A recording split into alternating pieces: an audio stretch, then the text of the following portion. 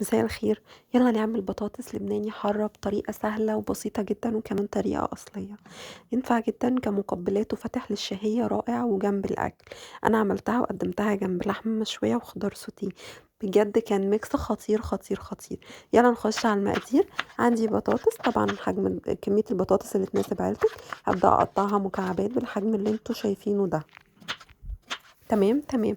وطبعا طريقة التسوية في طريقتين، تقدري تحمريها في الزيت على طول او تقدري تعمليها بطريقة هيلثي شوية زي ما انا هعملها. ان انا حطيتها في مية وغليتها الاول، يعني حطيتها في مية عادي خالص، وبعدين اول لما وزودت لها ملح طبعا. اول لما ابتدت تغلي صفيتها، وبعد كده حطيت لها تتبيلة البطاطس ومع او رشة زيت زيتون.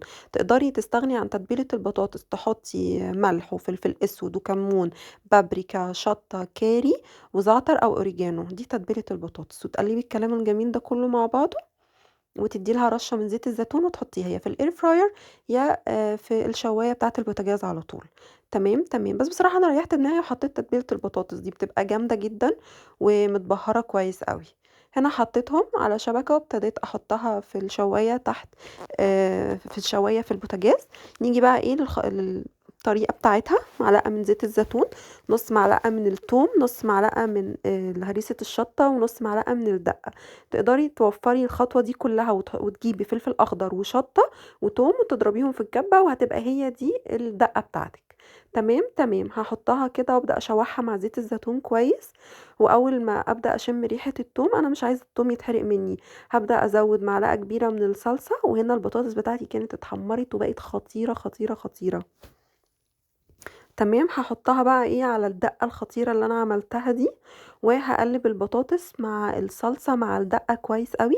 تقدري تزودي كمان هريسة شطة لو بتحبيها مشطشطة قوي، هي اصلا الاكلة دي مشطشطة يعني. فانا كنت شايفة كمية الشطة اللي انا حطاها دي كفاية. تمام. بعد كده هزود بقى كزبرة خضراء، لو ما فيش كزبرة خضراء بقدونس، بس هي هنا الاساسي معايا كزبرة خضراء ان هي بتديها ريحة تحفة. هقلب بقى الكلام الخطير ده كله مع بعضه. انا مش قادره اقول لكم الريحه عامله ازاي بجد، والطعم لا وهمي خطير. فاتحه للشهيه جدا، طعمها تحفه، وكمان تاكلي منها وما تشبعيش. صحيه وخفيفه وطعمها رائع. قبل بقى ما اطفي النار هزود عصير ليمونه، والخطوه دي اساسي معايا ان انا ازود عصير ليمونه. تمام. وهقلبهم بقى كلهم كويس مع بعض كده، بقت جاهزه معايا اجمل بطاطس لبناني حاره. اتمنى تجربوها، وما تنسوش لو عجبتكم تقولوا لي رايكم في الكومنتات. ما تنسوش الفولو واللايك والسبسكرايب. اتمنى تعجبكم. باي باي.